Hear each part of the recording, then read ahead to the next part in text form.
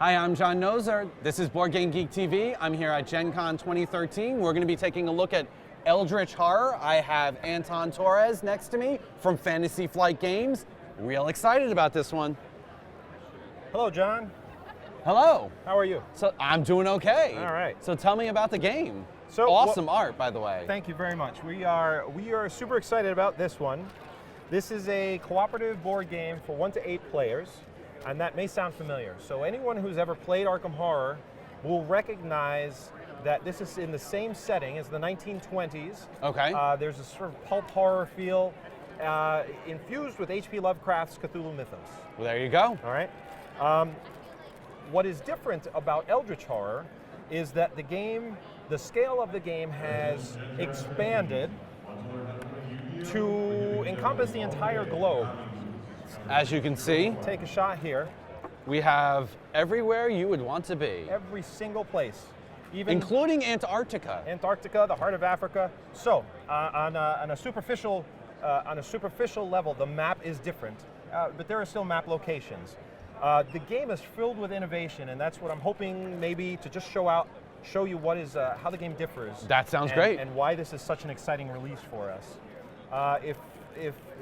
If you know anything about the Cthulhu Mythos as far as Fantasy Flight Games and our products, it is that the ancient ones are always rising. And these horrible, terrible, unknowing beings care not for what you and I as humans want to do with our lives. Like play board games. Like play board games. If they do awaken, it's over. Play your last game and game over. Right? Game over, man. Game over. So, why go global? Well, we've done a lot with Arkham Horror, and we see this as a sister game. It doesn't replace Arkham Horror. Okay. Arkham Horror has a feel and a play style that this does not replace. But let's look at some similarities, and I'll show you where the differences are. So, sounds good. You are represented by investigators, okay, which is familiar. These investigators will actually be familiar to you, but we've got all new art. So we have Charlie Kane, Jacqueline Fine, Leo Anderson. Character cards are different, and some of the stats are different. Okay, and in this game, your statistics tell you the number of 6-sided dice that you will roll when you need to make a test of that type. Okay, so we'll worry about that later. But for example, if you make a lore test, you're going to roll 4 6-sided dice. Okay. 5s or 6s are successes, which you should know from Arkham. What is different is that the way that the turns are executed, it will feel very different, and then the way that the Mythos cards and the Ancient Ones and all the Eldritch Horrors that appear fill the board and overrun the world is very different. So, starting with this, we have Mythos cards. This is a large deck of Mythos cards. There are 3 separate colors of cards. There are blue, green, and yellow cards. These cards represent terrible, horrible events. And before the game begins, and based on the ancient one in question, you will build a Mythos deck. The deck is composed of 3 different stages, and each stage has a certain number of cards. So what does that mean? At the start of the game, the events that occur are going to have a certain feeling, and as the game, there's going to be a narrative arc to the gameplay, rather than just pure randomness. Okay. Drawing from a large stack of cards. Okay. Everything that I'm talking about, I'll rush through, but go online, fantasyflightgames.com. Eventually, we'll have a rule book for download, but you'll also see articles that will explain this in more depth. So this ancient one in question has this particular distribution of cards. So we're getting less blue throughout the game. Correct. A steady increase of yellow, and then a little increase, and then a tapering off or leveling off of the green. Of green, but at the end, in stage 3, there are no blue cards. Yes. All right. So blue might be a little more beneficial, but as the clouds darken and as the game progresses, the feeling of the game will change. So, how do you win the game? It's a good question. You will face an ancient one, and let's look at Azathoth. It's the simplest to understand, and we recommend this for new players. There's all sorts of information about how Azathoth plays, what the cultists are like, okay, and that's kind of familiar for Arkham players. Mechanically, there are differences. For Azathoth, though, and for all the ancient ones in this game, your goal is not to race around and close gates. Okay. Okay, there are That's gates. different. There are gates that will open, and when a gate opens, monsters will leap out, but they tend to stay in their locale. Well, I mean, it's much bigger. I mean, Arkham Horror was one city, and this Correct. is huge. Right, the scale is larger. Yeah. So what is the goal? The goal is to solve the mysteries that represent that particular ancient one. Okay. So we have 4 ancient ones. Each ancient one has a unique deck of mystery cards. And there are 4 cards, and only 3 of those are going to arise in play. So for example, for Azathoth, this may be the first mystery that we would need to solve. Omen of Devastation. Omen of Devastation. The Nemesis moon appears in the night sky, visible to all, and heralding an imminent doom. Dun dun dun. So, then we're given directions here about how this mystery might be solved. So when an investigator closes a gate that corresponds to the current omen, which is something new, he may spend a clue token to essentially progress 1 step towards solving the mystery. Okay. So rather than just going to a location and closing a gate, yay, we're 1 step closer, I now have to consider a number of things. Well, what gates are opening? Gates have omens. There are 4 symbols Okay. that are the 4 omens. So we have a blue symbol, a green fireball symbol, a red sun symbol, and there is also a... 2 blue, I'm sorry. There are 2 blue symbols. Okay, in the corner of the board is an omen track, and the omen track is going to cycle between those symbols. Okay.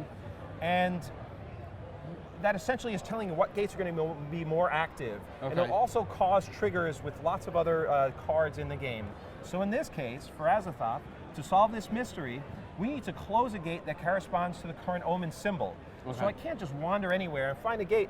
Okay, I have to get You have to get to a red gate a red gate before the omen track moves forward. So it's like, you know, timing is moving. Yeah. And timing is everything. Yeah, because you might want to say, okay, it's about to move. Let's go to a blue gate and just leave the red gate. Yes. Okay. So there's a sense of urgency beyond just being overrun by creatures. You actually now have strategic choices to make as players, so that you're distributed around the board in the different locations, sometimes chasing expeditions that will appear, sometimes chasing mysteries such as the one I showed you, right? And that is unique per ancient one. Yeah. So not all mysteries are go to a gate that matches the symbol. Yeah. So that'll give you a flavor that is new and different.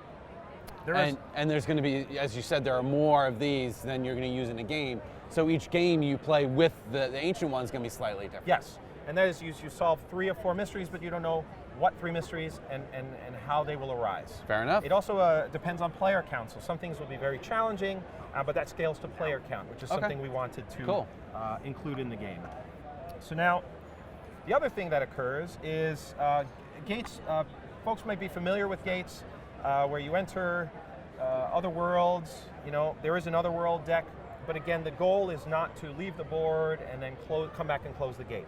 And when people actually play this, they will realize that there are strategic choices that don't exist in Arkham. It's just meant to do a different thing. At the same time, there's a great deal of narrative structure to the game. So I pointed out the Mythos cards have different colors, right? Yes. That Mythos deck is staged. One way to lose the game is... I'm sure there's more than one way to lose There's more than one way. So the way to win the game is to solve 3 mysteries, okay? But you must do that before the Doom track reaches 0. So it starts at a certain, for Azathoth, the Doom track starts at 15. Okay. Okay, the track goes up to 20. Over time, that Doom counter may come down closer to 0. So one way to lose is Doom track goes to 0. Okay, the world may end at that point. Another way to lose is to draw through the entire Mythos deck. Okay. So again, there's a large stack of Mythos cards. Right, here we go. This is the entire stack of Mythos cards. But for a given game, you may have a small portion and see a small portion of what is available. Okay. So your experiences as players are going to be very different, but not pure random. Again. Yes. And so there's a sense of urgency on all sides. Cool. So it's definitely, you're not just racing against a clock, you're racing against lots of multiple clocks. Yes, that's neat. And then the strategy. So what we wanted to add strategic elements to the game. I wish I could push this over, but it's not too important. The timing of the track and the timing of gates and certain events is very important. Moving around the board is different. So in Arkham, you can just wander about and you had a move speed. Yeah. Okay, and you could choose. You're walking around. Yeah, just walking around town. In this case, on your turn to move, to take a move action, means you will move from one spot to an adjacent spot. That is your move action for the turn. You may have accumulated one or more of these tickets. So there are train tickets and Boat tickets. sea passes, right? Mm-hmm. And that will allow you to move one extra. So you can spend the pass, and let's say your first move action, you move from here to here, and then you will spend a sea ticket, and you will move to this over the sea routes. Okay. So we have different routes in this game. There's sea, this is over land, this is over rail. Okay. Okay, and that is actually now resource management. You can't have more than 2 passes, and what passes do I need, and who's going where, and how am I timing movement across this map, right? Again, there are multiple clocks spinning at once. Mm-hmm. We need to balance all of what is going on to make sure we're in the right places at the right times to address whatever it is that happens to be going on. Wow. I didn't prepare a speech today. Well, so I'm getting a good sense of the game, so you're doing fine. getting some ideas. Let's do this. In Arkham, equipment. Okay. In this game, we have a reserve. Okay, and reserve are going to be cards and items that are available for purchase. These represent, so I'll show you here. Yep. Items that are available for purchase. These may or may not be objects, okay? So sometimes these are individuals that can help you in the fight against the unknowable. Okay. They might be allies that you find. They might be items. You might find services that are useful, like private care in this case. Right? When you gain this card, immediately recover all health and sanity, then discard the card. Oh, that's nice. So there'll be a small number of items. There's a space for 4 cards out on the board at any time. Okay. And one of the actions you might take on your turn, if you're in a city location, like Rome, but not like the pyramids, Okay. which is out in the wilderness. But if you were in Rome, you can make a test to see if you can acquire one of these items. And it looks like there's like a permanent item or a bank loan here? And there is a permanent item, which is a bank loan, okay? So I'll give you a quick example. How is it then that I would acquire an item? Okay. People might be familiar with little tokens like that for money, Yeah. currency in original Arkham Horror. There is no money tracking in this Okay. game. Instead, each character has an influence score. Mm-hmm. That influence just includes both social current, your social power and your financial clout. Okay. So Charlie Kane, the politician, has a 4 influence. Jacqueline Fine, the psychic, has a 2 influence. So let's say Charlie Kane is in a city and wants to, let's say, wants private care. Private care has a cost of 2. Okay. He will then roll his statistic, his influence score, which is 4 dice. He'll roll 4 dice, and he just needs he needs enough successes. Well, so we can just, grabbing the dice. That roll didn't count. Got to roll on the table, folks. So important. So 5s and 6s would be a success. He would Wah. have failed. Wah, wah. Right, he would have failed that roll. Almost. What you would want is to roll 2 successes, and then you'd have private care. So the bank loan automatically is going to succeed because that's 0 successes. Correct. So some items have 0. And I'm assuming there are ways to bump up because the agency quarantine, that's 4 successes. That's going to be really halfway impossible. Correct. So in this case, when you gain this card, immediately choose a space. Every monster on the chosen space loses 4 health. So Wow. the agency, you call the agency, you have a ton of influence. You call the agency, they send those in the black suits over to go sort of control an area. So there are ways to manipulate your influence, but it's an interesting and streamlined and very effective way of handling resources that enter the game, outside of counting single dollars. So now let's talk about the bank loan quickly. How are we Okay. doing on time? 10 minutes? We're okay. All right. It's 'cause so we are condition cards in this game. If people have played Mansions of Madness, you may have seen some of this mechanic where you have a condition. In this case, the bank loan. What does it say? When performing an acquire assets action, you may gain a debt condition Okay. to immediately add 2 resources to your test results. Great. So it gives you some financial clout or some influence. It gives you 2 successes towards your influence, but then you gain a debt condition. Okay. So conditions, there are a number of them. For example, we have debt, we have a back injury, we've got leg injury. Okay. Paranoia, hallucinations, amnesia. Each condition has a number of cards in the deck. Okay. That on the front face are identical. So let's consider the debt condition. It tells us how this works. I have to test my influence to discard the card. So at some point I could try and pay off the debt. Okay. However, because of these multiple clocks, there are times when a particular condition will execute. Okay. Okay? There's a reckoning effect. If you look here in the bottom right-hand corner, there's a red circle with a little marker. Yeah. There are lots of cards and tokens in the game that have a reckoning effect. At some point, as these wheels turn, Yeah. there will be a reckoning.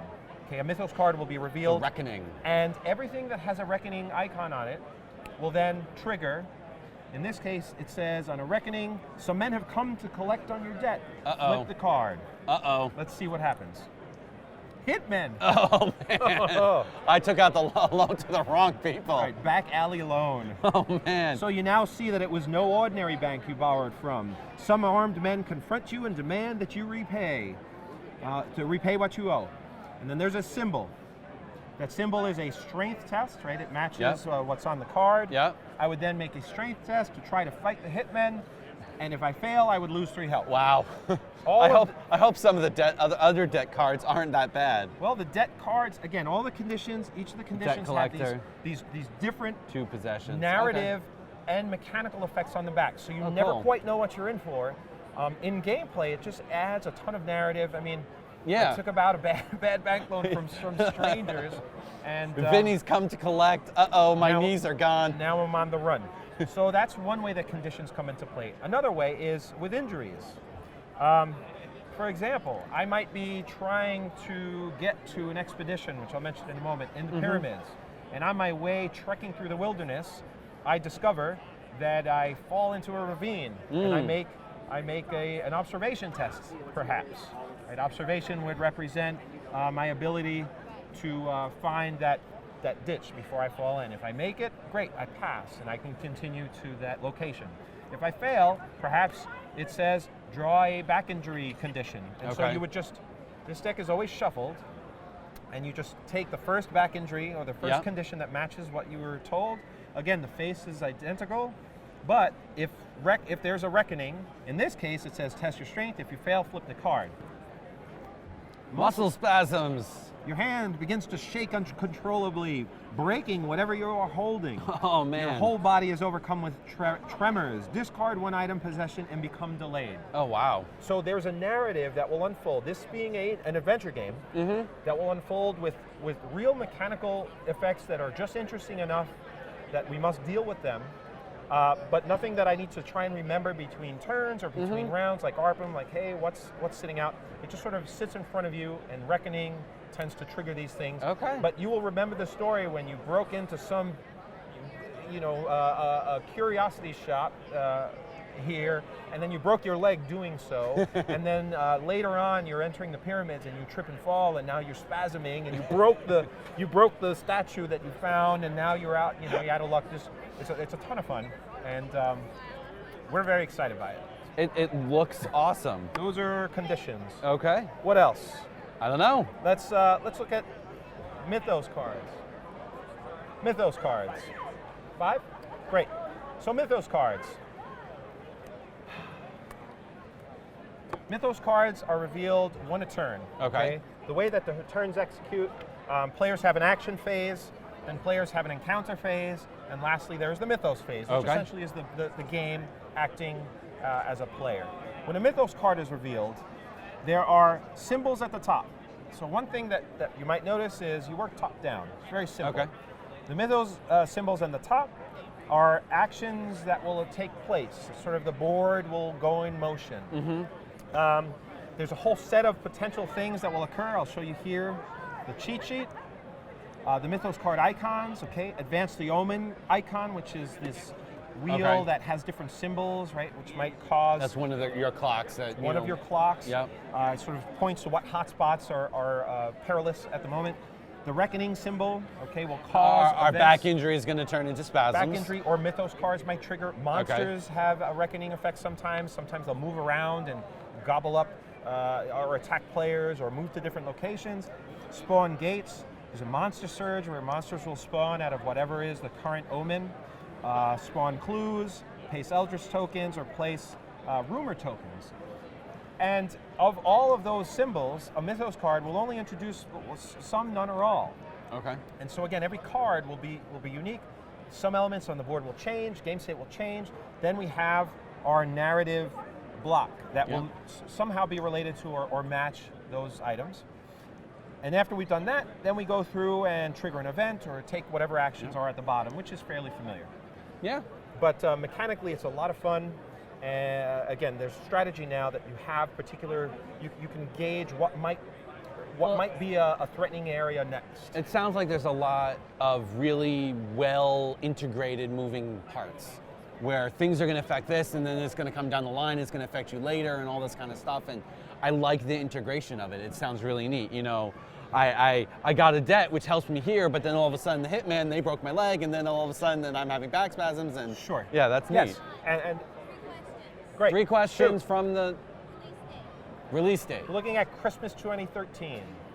Question about expeditions. Expeditions, you said. Something about expeditions? Oh, expeditions. So there's a deck of expedition cards, and these expedition cards are not shuffled, but on the back they have different locations, and there are on the board standard locations, okay, cities. There are just environments, so wilderness, sea, or city. Okay. But then there are these expeditions. Expedition, only one will be active at the time. There's an expedition marker. Okay. And it is whatever location matches. So this is Antarctica. Yep. If this were the top of the expedition No, stack. this is Himalaya. Oh, thank you. No problem. You've played this before, the Himalayas.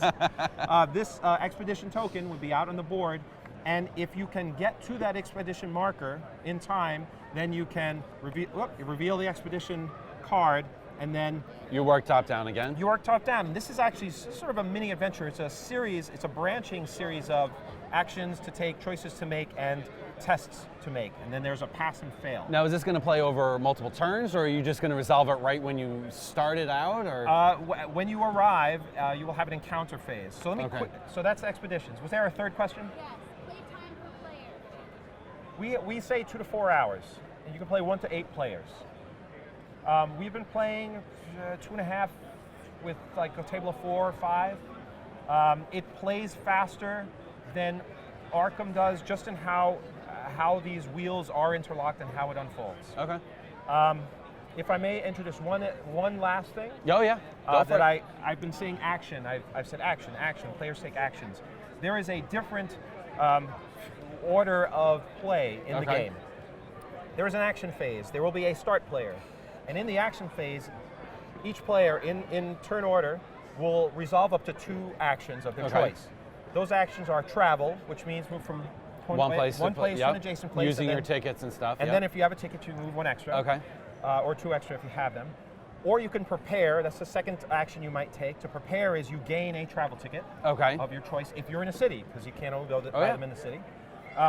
3, you can acquire an asset, which are those asset cards. Yep, we went through those. Yep. That is an action. You can rest as an action, that you recover 1 health and sanity. Yep. And you can't be in a space with monsters. You can trade as an action with another investigator in your space. Yep. Or you can take in a component action. So lots of characters all have actions that are unique to those actions. So you take 2, and you cannot take 2 of the same. What happens is that turns move very quickly. Players are engaged continually. So each player will take 2 actions around the table. Next, they will each take an encounter. Okay. Which means, hey, are you in a space with a token?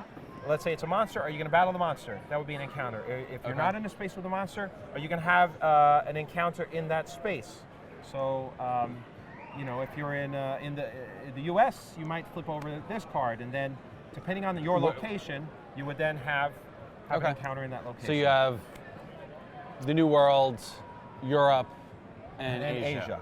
Okay. And then the expeditions have their own Encounters. decks. So if you're what if you're just kind of hanging out in one of these spots? So there is a generic deck of wilderness, sea, and city encounters Okay. that is not tied to a particular location. So you're always getting an encounter. You're always getting encounters, but they always match the location that you are. And we're having a blast playing this. We think you're going to love it. If you're at Gen Sounds Con, really interesting. I hope you get a chance to demo it. We're demoing it all weekend. Sounds good. So this is, again, Eldritch Horror, Fantasy Flight Games. Anton Torres I'm talking to, and it looks really, really interesting. I'm excited. It's going to be released Christmas 2013. There you go. Okay, thank you very much. Thanks, John. Take care.